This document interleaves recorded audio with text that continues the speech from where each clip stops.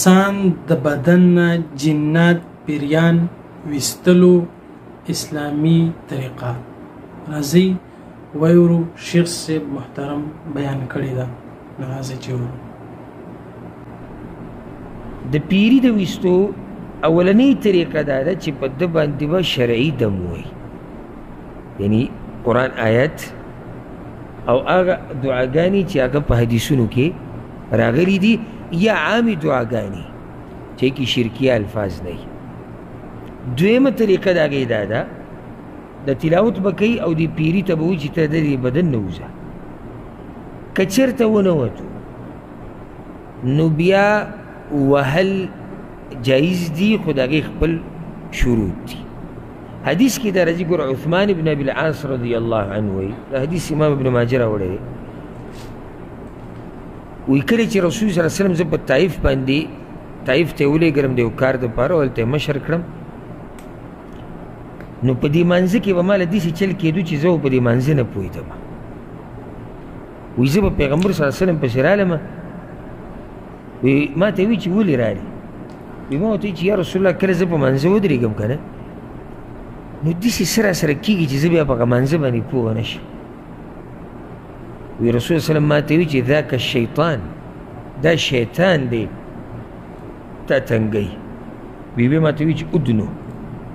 رانږدې شي. وی زه ورنږدې شومه د خپو په سر ناستومه، وی فضرب صدري بیده، زما دې سینې له د خپل لاس راواچو او زما په دې خوله کې خپلې لاړې مبارکې ولګولې او وی اخرج عدو الله، ای د الله دشمن راوځه. درې پیرې ده وی بیا ما ته وي چې زه اوس وی د هغه ورځې نه واله بیا چېرته ما ته هغه مسله نه ده راغلې. نو د دې نه دا واضحه شوه چې د پیري د ویستو دپاره وهل جایز دي، خو د هغې دپاره هغه دا دي چې دا به داسې کسي چې د هغه سره د دې مهارت وي، ځکه چې هغه بعض ځایونه دي لکه شیخ الاسلام ابن تیمیه رحمه الله دا خبره په خپله مجموع الفتاوه کې ذکر کړې ده چې د دې داسې ځایونه دي چې کله هغه ځایونو له ته ګزار ورکوې نو هغه ګزار په دې انسان نه لګي، هغه په دې په چا لګي؟ په دې پیري لګي. نو دې څنګه پته لګي بیا وروسته؟ هغه داسې چې کله د دې سړي نه دا پیری لاړ شي یا دې زنانه نه، نو یو خو په بدن باندې اثر نه پاتې کېږي د هغه وهلو،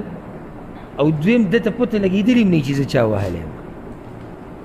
نو هغه ګزار په چا شوی دی؟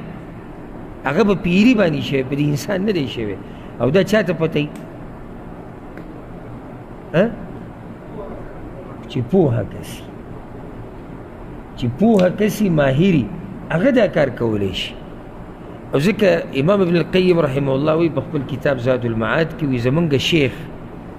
د هغه شیخ شیخ الاسلام ابن تیمیه وی هغه دا خبره کوله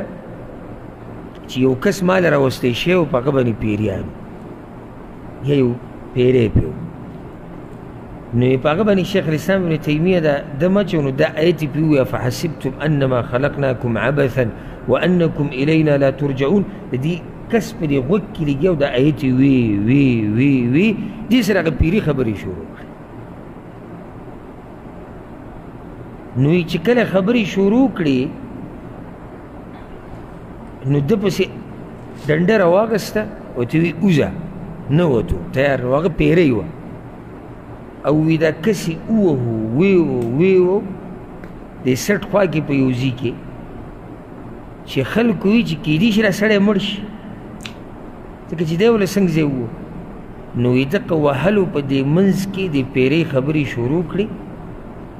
وی زما دا سړی خوښ دی، انا احبه، زما خوښ دی. نو شیخ الاسلام ابن تیمیه ورته وی هغه ستا خو خوښ دی خو ته یې نه یې خوښه. وی هغه ورته وي چې هغه پیرۍ ورته وي چې زه غواړم چې دی حج له بوځم، زه په ده مینم دی حج له بوځم. وی هغه ورته وي چې هو لا یرید ان یحج معک، هغه تا سره حج کول نه غواړي، نو دې پیري ورته ووایي چې صحیح ده زه به د دې جسم نه ووځم د دې جسم نه ووځم ستا د عزت دپاره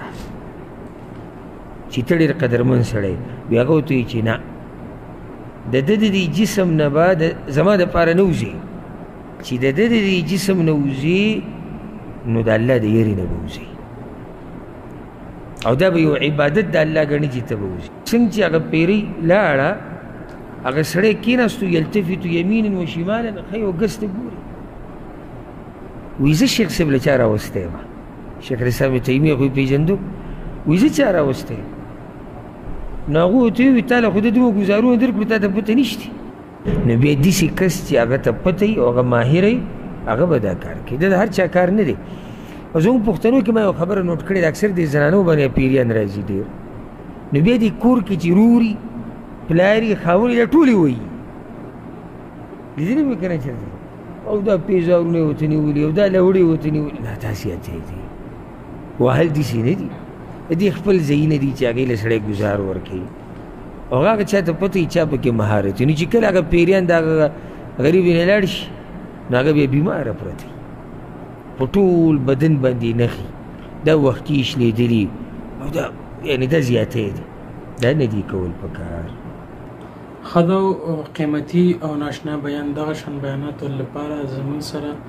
زموږ په چینل باندې اوسیږئ السلام علیکم ورحمة الله